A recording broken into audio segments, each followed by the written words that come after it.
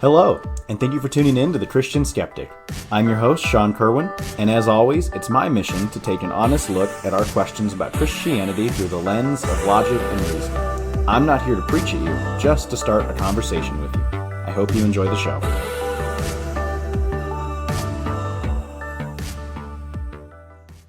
When we read the Bible, there is one common set of pronouns typically assigned to God, and that is the masculine pronouns, he, him, his. And that begs the question, why? As I referenced on the last episode, I was recently hanging out with some friends in Florida, and I got some wonderful questions from children. And this is one of those questions. So I would like to credit my friend Nico for this question. But the question is, why is God always referred to with male pronouns? And so if we expand on this thought further, I think the question I'd like to morph this into in answering that question is, what is God's gender? It's an interesting idea, this idea of assigning pronouns to God. And so I guess when thinking about this, I was kind of thinking about, okay, what are the actual options for pronouns? Obviously, there's the masculine and the feminine pronouns, the he, his, him, and the her, she, hers. But there's also other pronouns like they, them, theirs. Does that not apply because God is triune? There's a Father, Son, and Holy Spirit. And even then, Father and Son are two masculine denotations for the ontology of two persons of the Trinity. However, the Bible's very clear that the Trinity is a single entity. So the pronouns they, them, theirs would be theologically incorrect because what you would have then is polytheism, not monotheism.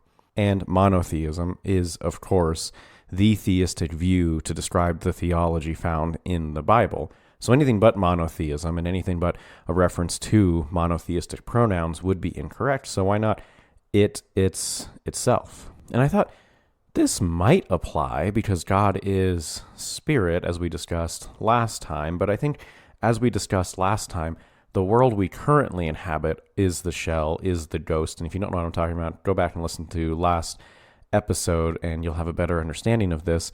But the spirit world is actually the world with the real flesh, as Lewis puts it in The Great Divorce, that right now ours is the ghostly shell of flesh. And so to say it impersonalizes God. And that's a very fundamental thing that I want to get into in this episode, with the idea of God's pronouns. And I realize, and I think we should all take a second just to acknowledge the fact that it is 2025 at the recording and releasing of this podcast episode, and that word, pronouns, kind of has a charged meaning to it now that historically it hasn't always had. Right now we're in this debate on what is gender and what are pronouns and what are a person's assigned and defined pronouns and all of this stuff. And this isn't going to be an episode on any of that, but I did record one a while back, so search through it if you are curious on having that conversation of how Christians should handle pronouns in the cultural context. But let's take the idea of pronouns outside of the culture and let's put it back into an ancient culture and what it would actually mean.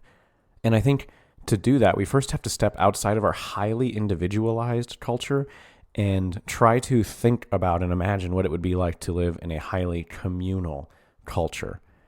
And I think that's where we can start to understand the character of the masculine traits that are assigned to God throughout the Bible. And side note, I'll get to this here in a little bit, but there are feminine traits assigned to God throughout the Bible that God is referred to as a mother throughout the Bible, and not just a father. Nevertheless, more commonly, God's referred to as a father. And obviously, Jesus, when he came down in the flesh, was a male. He was the Son of God. Historical sources like Josephus and Pliny the Younger document the pronouns of Christ being male pronouns, the character trait, the gender description of Jesus being that of a male. So right away we have the Son actually becoming a man. And I think there's reasons for that. And I'll just get into it right now. Why not? I think when we look at the garden, the serpent committed the greatest of all sins, which is the sin of deception and betrayal. And I think this is an interesting point, that As humans, our biology hardwires us to identify threats. We are programmed to identify snakes and the rustling of bushes and things that look like human faces enough but aren't human faces. And that's a very interesting psychological phenomenon that I'm kind of diving into right now that I haven't fully fleshed out my thoughts, and maybe it'll appear later in future episodes. But nevertheless, our biology programs us to identify threats and then treat them as such. And deception is such an evil sin. It's what Judas did to Jesus. It's what the serpent did to Eve, because it lures you into a false sense of security. And I think nowhere is this more profoundly felt than in a relationship where one party cheats on another, because you've identified with all of your being someone as safe, and then they go and betray you and stab you in the back. And so then you're left with two strangers in three strange places. What you thought was the past, present, and future no longer is, and who you thought that person was no longer is. And you thought you were the kind of person that could establish trustful relationships, and that's no longer the case. So deception then becomes one of the worst sins we can deal with. And C.S. Lewis gets into this in Mere Christianity and his argument on morality, that there's never been a culture that thinks that betrayal is okay. And I'm going on a rabbit trail here, but let's get back to the point here. Eve was deceived. The serpent tricked Eve's biological programming into having her eat the fruit. Adam chose the fruit. So in some theological sense, men are actually more culpable. Well, let me rephrase that. The male portion of humanity is more culpable for sin entering the world because of Adam. Or as Paul puts it, through Adam, sin entered the world. But through Jesus, salvation entered the world. And so Jesus becomes the second Adam to redeem the sin of the first Adam. Or to put it as Bono from U2 puts it, it wasn't a woman who threw God out of the garden. Now I'm really off track. Anyway, let's get back to it. A communal society doesn't look at gender and pronouns as individualistic markers of identity. Gender and pronouns in a communal society are our map to a person's place in the community. So a person's identity isn't defined by their gender or their gender roles or any assigned notion of what that should look like. They're actually defined by their role within a community. So if you're a man and you have children, you're not defined as a man in a community, you're defined as a father, and that's your role. And a similar thing can be said about if you're a woman and have children, you're defined as a mother, and that's your role in the community. And that might sound kind of restrictive to our individualistic ears, where you think, okay, that doesn't just boil down someone's personality to something like that, and it doesn't. And to mistake it as something like that would be grossly inappropriate, and you would miss the point of it all. As a matter of fact, in some ways, I think it actually leaves more room for identity expression than our individualistic society does, because I think that Thomas Aquinas would agree with me here that identity is meant to be discovered and not defined.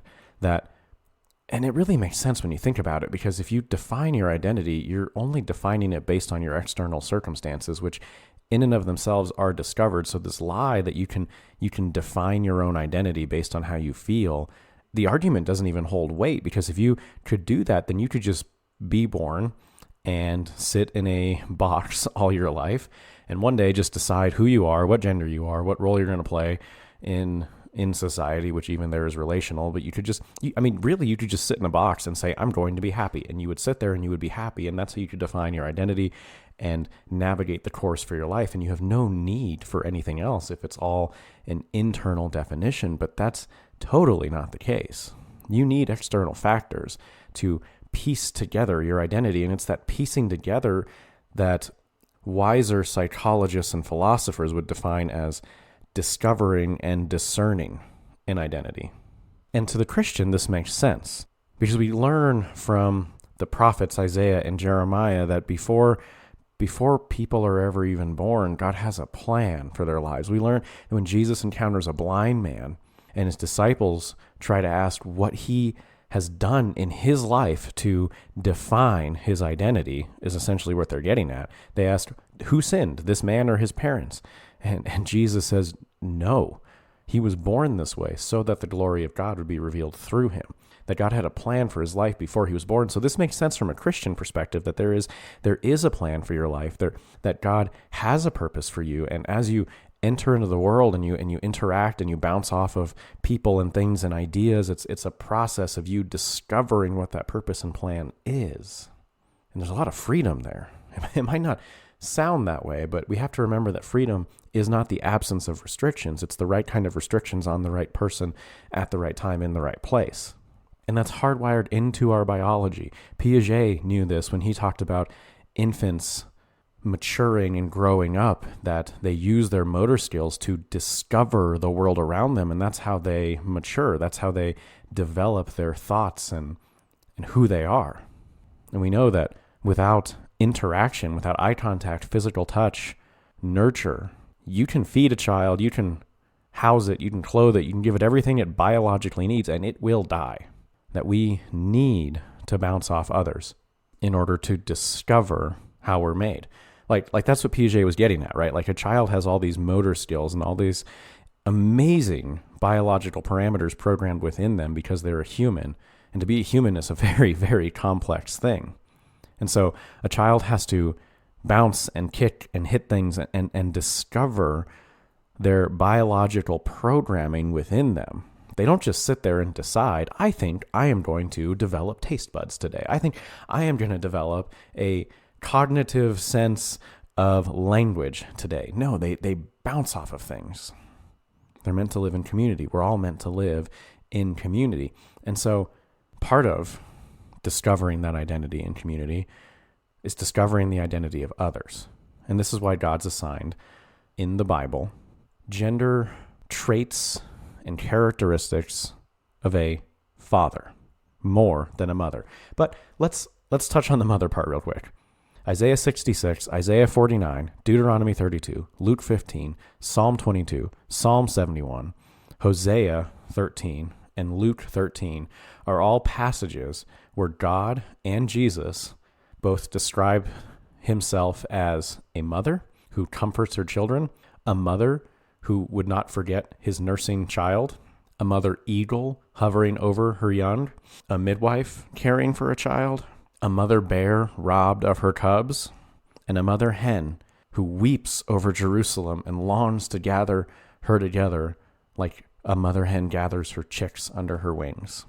And this is a complex idea because on the one hand, you could look at this as we are assigning character traits and attributes to God so that we can further make him in our image, which that would be true had the Bible not established that he made them both male and female in his image. So in other words, there are traditionally assigned feminine attributes that reveal the heart, the comforting, the remembering, the protecting, the strength, and the nurturing parts of God's character. And God, for whatever reason, chose to assign most of those biological tendencies to women. We don't have time to get into what I mean by that, but suffice it to say, there are many psychological papers and so much research done that shows that the female brain develops more compassionate and neurotic and caring. And I don't mean neurotic as crazy. I mean neurotic as a personality trait, which is the emotional response and readiness to external circumstances and influences, including other people. But there's all kinds of literature and work on how that develops differently in a female brain than it does in a male brain. But suffice it to say that women are made in God's image. So God is the source of many traits that we see biologically and psychologically programmed into women that men don't have. And so therefore, female attributes are applied to God throughout the Bible. However, not as often as male attributes. There are approximately 170 different references to God as Father throughout the Bible. And again, I think this is largely attributed to the cultural context in which the Bible was written. And so we have to remember the Bible was written to the people it was written to and not to us. And it was written for us. All scripture is for our benefit, the Bible teaches. But it wasn't written to us.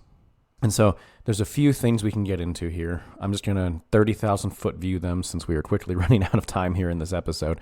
So bear with me on this. And if you want more explanation, message me, or we can do a whole nother episode on any of these topics. But in the Middle to Late Bronze Age, when the Torah, the first 5 books of the Bible, were written, order and chaos were two very prominent deified ideas in basically all cultures and religions of the world at that time. And the Bible's actually no exception, because in Genesis 1, the song of creation, as it is, we have a balancing and a merging of both order and chaos. God makes the world, but it was without form and void, which is chaos. And there's a sea and a firmament. The firmament's order, the sea is chaos. And there's this balancing where light comes in, and that's order, and the sea creatures come in and they're the creatures of chaos, and then the land creatures come in and they're the creatures of order, and there's this balancing. And there's no exception to the creation of men and women. And historically, we know that men were always given the trait of orderliness and women were always given the trait of chaos. And neither one of those is a negative and neither one of those is a positive.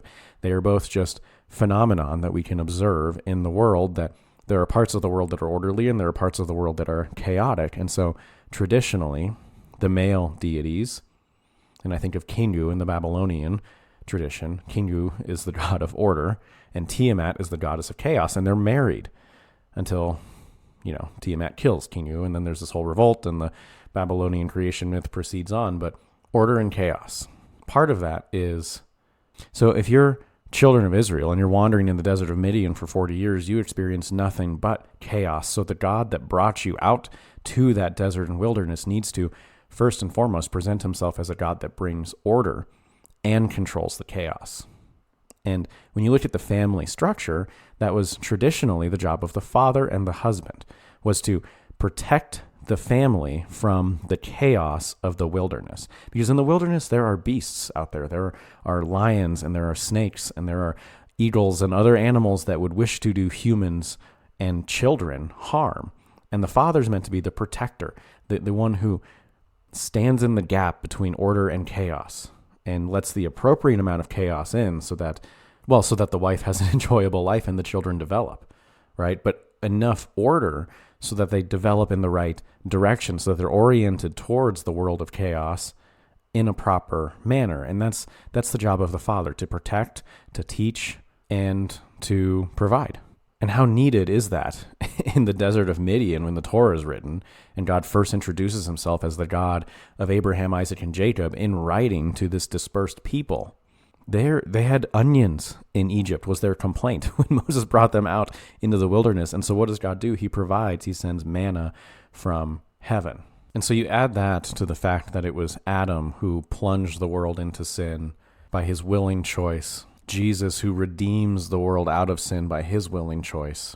What we also need to consider is that psychologically speaking, the relationship between any child and their father is a highly crucial relationship for neuropsychological development and for identity, discernment, and discovery.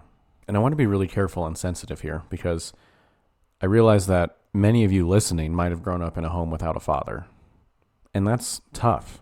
And I'm not belittling that. I'm not going to say you're worse off for that.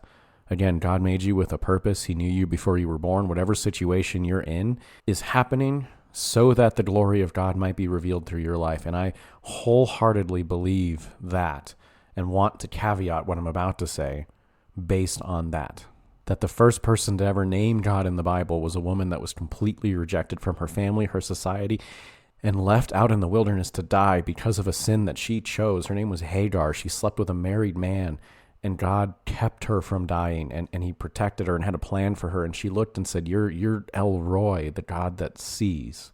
So I'm about to list some statistics, and they're going to be cold and calculated, but the God that sees you if you fall into this category. Nevertheless, statistics say that children who grow up without fathers are 71% more likely to drop out of high school, 63% more likely to commit suicide before they turn 18, 85% more likely to exhibit behavioral disorders, and approximately 60% more likely to commit a crime at some point in their lives. And this doesn't belittle the role of mothers at all. But the point I'm trying to emphasize here is that biologically, we are hardwired to need a father. And fatherhood is a unique character trait that humans can take on that is a character in the image of God. In other words, we're not making God after our own image and saying, okay, fathers are needed. We need God, therefore let's make God a father. It's the other way around. It's the relationship with God is so needed in our lives, but it's so hard to understand. What is the next best relationship we can compare it to? I might argue a bridegroom, as Paul does in Ephesians 5, is the next best relationship we can compare it to. But tied with that and neck is God the Father. But I mentioned this earlier, and so let's just get to this in closing. Why pronouns at all? Why not just say it? Why not just refer to him as God? Well, we did that for a while, actually. The name of God, Yahweh, was how humans referred to God. However, through rabbinic tradition, that name was thought too holy to even write. Nevertheless, both the name and the pronouns are necessary because God is a personal God in the Bible. And I think we can contrast this to the modern idea of gods and spirits and impersonal forces that maybe create the universe, wind it up like a clock, and then just let it run through the rest of its time as far as it's wound up to. And it's this impersonal force, and you connect with it through feelings or psychedelics or whatever it may be. We're not hardwired for that. The deepest desire of our human hearts is to love and to be loved, to know and to be known. And the Bible recognizes that reality of our biological and psychological programming. And so God has a personal pronoun that happens to be he, that happens to encompass the character and the nature of him that is fatherly. Because a father is meant to walk with you and teach you and guide you and protect you and comfort. And a mother is meant to comfort and nurture and feed and gather. And all of these are personal. All of these are communal activities that help you orient and define and discover and discern your identity in this world. And the Bible would argue, not just this world, but the next, the really real world to come, where, again, as Lewis argues in The Great Divorce, your flesh will be actual flesh in that world. The grass will feel like actual grass in that world. The colors will look like actual colors in that world, and will make this world feel like the ghost, the spirit, the phantom, the shell. That we don't have enough language. We don't have enough room in our brains on this side of heaven to properly process the relationship, the character, and the nature of God. So we're left with what we have, and the best that we can do is assign him the pronouns with a male gender connotation to them, and think of our relationship with him as that of a bride with her husband and a child with their father. But the relationship that's to come is so much deeper and more vibrant and more beautiful. We just don't have words to describe it yet. So as usual, those are my thoughts. Let me know what you think. Comment, respond, like, subscribe. Please share the show. And as always, thank you so much for listening, and I hope you've enjoyed the show.